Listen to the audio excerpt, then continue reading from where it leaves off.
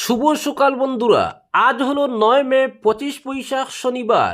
আজকের সকালের বিশেষ বিশেষ খবর হলো কৌশিক কৃষ্ণেন্দুর সঙ্গে মন্ত্রিত্বের দাবিদার কমলাক্ষ রাজদীপ। মুখ্যমন্ত্রীর কাছে মন্ত্রিত্ব চেয়ে লজ্জা পেলেন কিশোর। বিধান পরিষদীয় দলের বৈঠক কাল। নতুন সরকারের শপথ 12 মে। প্রধানমন্ত্রী, স্বরাষ্ট্রমন্ত্রী থেকে শুরু করে আসছেন 20 রাজ্যের মুখ্যমন্ত্রী। শুভেন্দুই বঙ্গের মুখ্যমন্ত্রী। সোনার বাংলা গড়ার অঙ্গীকার। মেদিনীপুরের ভূমিপুত্রই মসনদে। আজ ব্রিগেডে শপথ থাকছেন প্রধানমন্ত্রী। বিজয়ের পর দিশপুরে হিমন্তর সঙ্গে সাক্ষাৎ বিধায়ক কমলাক্ষের। কাটিগড়ার ছাত্র মৃত্যুর ঘটনায় তদন্তের দাবিতে জেলা প্রশাসনের দ্বারস্থ যুব কংগ্রেস। করিমগঞ্জ সিভিল হাসপাতালের সমস্যা সমাধানে সরব উত্তর করিমগঞ্জের নবনির্বাচিত বিধায়ক জাকারিয়া। শ্রেণীকক্ষে পড়ুয়ার মৃত্যু, থানায় জমা পড়ল এজাহার। পুত্র সুখে অসুস্থ মা সংকটজনক অবস্থায় হাসপাতালে ভর্তি। 20 দিন ধরে অন্ধকারে থাকা গ্রামে বসল নতুন ট্রান্সফরমার। বিধায়ক মিলনের হস্তক্ষেপে আলো জ্বলল কালীনগর তৃতীয় খণ্ডে। এবং সর্বশেষ খবরটি হল নিলামবাজার স্বাস্থ্যকেন্দ্রে জন্মমৃত্যুর সার্টিফিকেট প্রদানে ভোগান্তি। এসডিএমওর হস্তক্ষেপ দাবি। এবারে শুনুন বিস্তারিত খবর।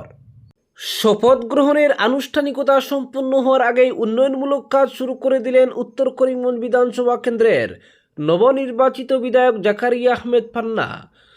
সরকারি দায়িত্ব গ্রহণের আগেই এলাকার স্বাস্থ্য পরিষেবার উন্নয়নে সক্রিয় ভূমিকা নিয়ে তিনি ইতিমধ্যেই নজর কাটতে শুরু করেছেন। শুক্রবার করিমগঞ্জ সিভিল হাসপাতালের দীর্ঘদিনের বিভিন্ন সমস্যা নিয়ে তিনি সরাসরি আসাম রাজ্য ডিরেক্টর অফ হেলথ সার্ভিসেস দফতরে উপস্থিত হয়ে বিভাগীয় কর্তৃপক্ষের সঙ্গে বিস্তারিত বৈঠক করেন। তার এই উদ্যোগকে কেন্দ্র করে স্বাস্থ্য মহলে নতুন আশার সঞ্চার হয়েছে। বৈঠকে বিধায়ক হাসপাতালের একাধিক জরুরি সমস্যা তুলে ধরেন।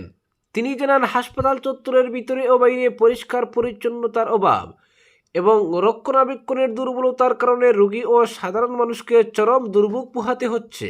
পাশাপাশি প্রতিদিন বাড়তে থাকা রোগীর চাপ সামাল দিতে পর্যাপ্ত সংখ্যক চিকিৎসক ও নার্সিং স্টাফ নিয়োগের দাবিও জানান তিনি। দরিদ্র ও অসহায় রোগীদের জন্য বিনামূল্যে ঔষধের পর্যাপ্ত ও নিয়মিত সরবরাহ নিশ্চিত করার উপরও জোর দেন বিধায়ক। তার বক্তব্য, সাধারণ মানুষের জন্য স্বাস্থ্য পরিষেবা আরও সহজলভ্য ও কার্যকর করে তুলতে প্রয়োজনীয় পদক্ষেপ নেওয়া জরুরি। এছাড়াও হাসপাতালের আইসিইউ ও ক্রিটিক্যাল কেয়ার ইউনিটের মানোন্নয়ন ও আধুনিকীকরণের দাবি তুলেন তিনি। কিডনি রোগীদের সুবিধার্থে ডায়ালিসিস পরিষেবা সম্প্রসারণ ও আরও কার্যকর করার বিষয়টিও গুরুত্ব সহকারে আলোচনা করেন। বিশেষভাবে তিনি হাসপাতালের দীর্ঘদিন ধরে বিকল হয়ে থাকা লিফট দ্রুত মেরামত ও চালুর দাবি জানান। কারণ গুরুতর অসুস্থ রোগী, ডায়ালিসিস গ্রহণকারী রোগী, প্রবীণ নাগরিক ও প্রতিবন্ধী ব্যক্তিদের জন্য এই লিফট অত্যন্ত গুরুত্বপূর্ণ বলে উল্লেখ করেন তিনি। পাশাপাশি হাসপাতালের জেনারেটর ব্যবস্থা, এয়ার কন্ডিশনিং সিস্টেম, অক্সিজেন সরবরাহ, এমআরআই সহ বিভিন্ন অত্যাবশ্যকীয় চিকিৎসা সরঞ্জামের নিরবিচ্ছিন্ন কার্যকারিতা নিশ্চিত করার বিষয়েও জোর দেন বিধায়ক। আধুনিক স্বাস্থ্য পরিষেবা প্রদানের জন্য হাসপাতালের পরিকাঠামোগত উন্নয়ন অত্যন্ত প্রয়োজনীয় বলেও তিনি মত প্রকাশ করেন। পরবর্তী খবরটি হল কাটিগড়ার ছাত্র মৃত্যুর ঘটনায় তদন্তের দাবিতে জেলা প্রশাসনের দ্বারস্থ যুব কংগ্রেস। কাছাড় জেলার কাটিগড়ার হলিফ্লাওয়ার সিনিয়র সেকেন্ডারি স্কুলের ছাত্র সাকিব আলমের রহস্যজনক মৃত্যুর ঘটনাকে কেন্দ্র করে ক্রমশ তীব্র হচ্ছে জনরোষ। শুক্রবার ঘটনার নিরপেক্ষ ও বিস্তারিত তদন্তের দাবিতে করিমগঞ্জ শহর যুব কংগ্রেসের সভাপতি শুভজিৎ চক্রবর্তীর নেতৃত্বে এক প্রতিনিধি দল কাছাড় জেলা প্রশাসনের কার্যালয়ে উপস্থিত হয়ে অতিরিক্ত জেলা শাসক জাগৃতি কালওয়ারের সঙ্গে সাক্ষাৎ করেন। প্রতিনিধি দলের পক্ষ থেকে অভিযোগ করা হয়, ছাত্র সাকিব আলমের মৃত্যুর ঘটনায় গুরুতর গাফিলতির প্রমাণ মিলেছে। বিশেষ করে শ্রেণীকক্ষে দায়িত্বপ্রাপ্ত শিক্ষিকার অবহেলার বিষয়টি সিসিটিভি ফুটেজে স্পষ্টভাবে ধরা পড়েছে বলে দাবি তুলেন তারা। পাশাপাশি বিদ্যালয় কর্তৃপক্ষের পাশাপাশি পরিচালন সমিতির ভূমিকাও খতিয়ে দেখার দাবি জানানো হয়।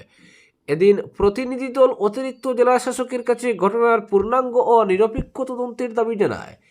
একই সঙ্গে দোষীদের বিরুদ্ধে কঠোর প্রশাসনিক ও আইনানুগ ব্যবস্থা গ্রহণের আবেদনও করা হয়। পরবর্তী খবরটি হলো, কাঠিগড়া কেন্দ্র থেকে বিপুল জনসমর্থনে জয়লাভের পর দিশপুরে গিয়ে ডক্টর হিমন্ত বিশ্ব শর্মার সঙ্গে সৌজন্যমূলক সাক্ষাৎ করলেন নবনির্বাচিত বিধায়ক কমলাক্ষ দে পুরকায়স্থ। শুক্রবারের এই সাক্ষাৎকে ঘিরে রাজনৈতিক মহলে ব্যাপক চর্চার সৃষ্টি হয়েছে। বিজয় মালাকারের পর হিমন্ত বিশ্ব শর্মার আশীর্বাদ গ্রহণ করে কমলাক্ষ দে পুরকায়স্থ জানান, এই জয় শুধু তার ব্যক্তিগত সাফল্য নয়, বরং কাঠিগড়ার সাধারণ মানুষের ভালোবাসা, আস্থা ও বিশ্বাসের প্রতিফলন। তিনি বলেন, এই বিজয় কাঠিগড়ার প্রতিটি মানুষের জনপ্রিয় মুখ্যমন্ত্রীর দিক নির্দেশনা, উন্নয়নমূলক ভাবনা এবং জনগণের অকুণ্ঠ সমর্থনের ফলে এই সাফল্য এসেছে।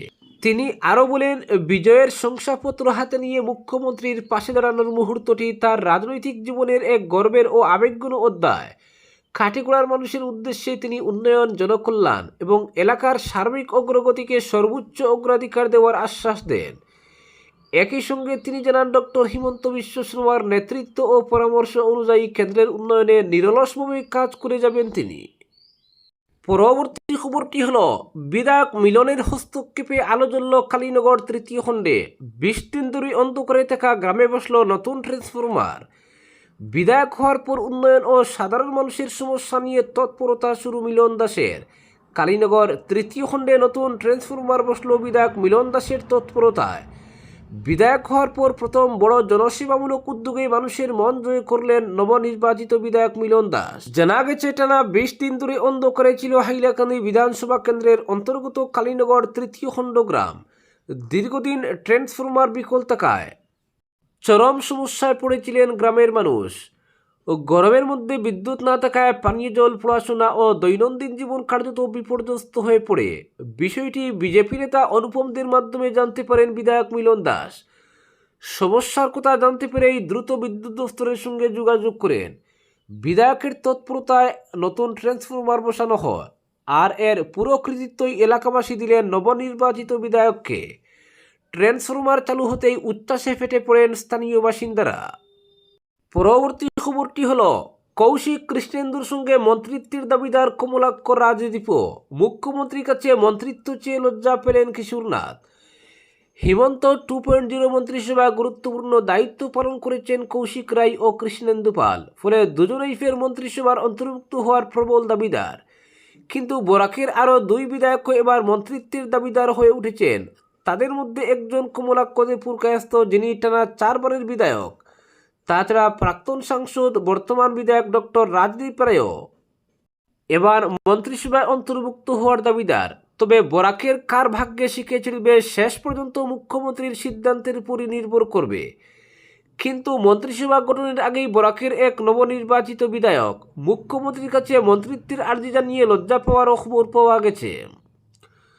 বড়খলার বিধায়ক নির্বাচিত হয়ে জয়ের প্রমাণপত্র নিয়ে মুখ্যমন্ত্রীর সঙ্গে দেখা করেন কিশোরনাথ।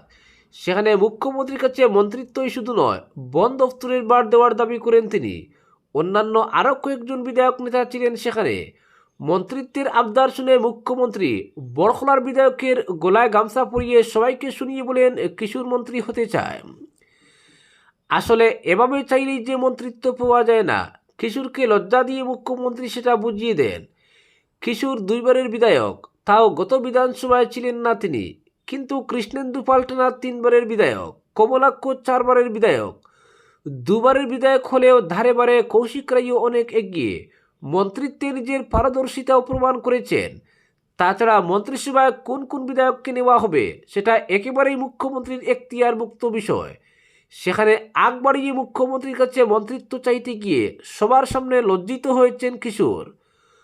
তবে মুখ্যমন্ত্রী এবার বরাক উপত্যকা থেকে কাকে মন্ত্রিসভায় নেবেন তা নিয়ে জল্পনা তুঙ্গে। বরাকের 3 জেলা থেকে এবার 9 বিধায়ক জয়ী হয়েছেন বিজেপির। হিমন্ত 2.0 সরকারে প্রথম দিকে মন্ত্রী ছিলেন পরিমল শুক্লবৈদ্য। 24-এর লোকসভা ভোটে জয়ী হয়ে তিনি সাংসদ হওয়ায় কয়েক মাস মন্ত্রিশূন্য ছিল বরাক। শেষ পর্যন্ত 2024 সালের ডিসেম্বরে বরাক থেকে কৌশিক এবং কৃষ্ণেন্দু পালকে একসঙ্গে মন্ত্রিসভায় অন্তর্ভুক্ত করেন মুখ্যমন্ত্রী। কিন্তু কৌশিক, কৃষ্ণেন্দু দুজনেই মাত্র 15 মাসের জন্য মন্ত্রিত্ব পান। এর মধ্যেই ভালো কাজ করেছেন, ফলে এবার পূর্ণ সময়ের জন্য মন্ত্রিত্বের দাবিদার তারা দুজনে। মুখ্যমন্ত্রীর সঙ্গে বরাকের 2 মন্ত্রীর যথেষ্ট সম্পর্ক ভালো। অতিরিক্ত হিসেবে মুখ্যমন্ত্রী তাদের নানা কাজের দায়িত্ব দিয়ে থাকেন, কিন্তু ২৬-এর ভোটে জয়ী হয়ে মন্ত্রিত্বের দাবিদার হয়েছেন কাটিগড়ার বিধায়ক কমলাক্ষ দে পুরকায়স্থ। বিজেপিতে যোগ দিয়ে প্রথমবার বিধায়ক হলেও তিনি টানা ৪বারের বিধায়ক। গোটা রাজ্যে ৪বার দূরে জয়ী হয়েছেন এমন কোনো হিন্দু বাঙালি বিধায়কও নেই। ফলে সিনিয়র হিসেবেই হিমন্ত 2.0 সরকারে মন্ত্রিত্বের দাবিদার হয়েছেন কমলাক্ষ। ভোটে জয়ী হয়ে তিনি যে মন্ত্রিত্বের জন্য লড়াই করবেন, ভোটের প্রচারেই মুখ্যমন্ত্রী সেটা বলে রেখেছেন। বরাকে ভোটের প্রচারে এগিয়ে মুখ্যমন্ত্রী এই মন্তব্য মাথায় রেখে এখন উৎসাহী কমলাক্ষের সমর্থকরা। আবার শিলচর কেন্দ্র থেকে জয়ী হয়ে মন্ত্রিত্বের দাবিদার হয়ে উঠেছেন রাজদীপ রায়ও, কারণ সাংসদ হিসেবে কাজের অভিজ্ঞতাও রয়েছে তার। শেষ পর্যন্ত বরাক উপত্যকা থেকে কাকে মন্ত্রিসভায় অন্তর্ভুক্ত করা হয় সেটা মুখ্যমন্ত্রীর উপর পুরোপুরি নির্ভর করছে। বিজেপির জয়ী বিধায়কের সংখ্যা এবার এত বেশি যে মন্ত্রিসভা গঠন নিয়ে চাপ রয়েছে মুখ্যমন্ত্রীর উপরও। শরিক দলগুলিকেও দিতে হবে মন্ত্রিপদ, তাই বরাক উপত্যকা কজন মন্ত্রী পাবে তা নিয়ে সংশয় রয়েছে। পরবর্তী খবরটি হলো, নিলামবাজার স্বাস্থ্যকেন্দ্রে জন্ম মৃত্যুর সার্টিফিকেট প্রদানে ভোগান্তি, এসডিএমওর হস্তক্ষেপ দাবি। উত্তর করিমগঞ্জের বেশ কুটিজীবী এলাকার মানুষের বার্থ অ্যান্ড ডেথ সার্টিফিকেটের জন্য নির্ভর করতে হয় নিলামবাজার স্বাস্থ্যকেন্দ্রের উপর। এই স্বাস্থ্যকেন্দ্র রয়েছে দক্ষিণ করিমগঞ্জে। দূরত্ব বেশি থাকায় বার্থ অ্যান্ড ডেথ সার্টিফিকেটের জন্য মানুষের অনেক সমস্যা হয়। এই সমস্যা লাঘবে তৎপর হলেন শ্রীভূমি জেলা পরিষদের সহসভানেত্রী স্বাতী রায় কৈরি। শ্রীভূমি জেলা পরিষদের সহসভানেত্রী শুক্রবার এ নিয়ে সাক্ষাৎ করেন নিলামবাজার স্বাস্থ্যকেন্দ্রের এসডিএমও ডক্টর মনোজ কাতারের সঙ্গে। তিনি এসডিএমওকে জানান, বার্থ অ্যান্ড ডেথ সার্টিফিকেটের মানুষকে অনেক ভোগান্তির সম্মুখীন হতে হয়। বিশেষ করে উত্তর করিমগঞ্জের মাইজগ্রাম সুপ্রাকান্দি জেলা পরিষদের অধীন লঙ্গাই বাজারঘাট, সরিষা, চড়াকুড়ি প্রভৃতি গাঁও পঞ্চায়েত এলাকার মানুষকে খুবই সমস্যা পোহাতে হচ্ছে।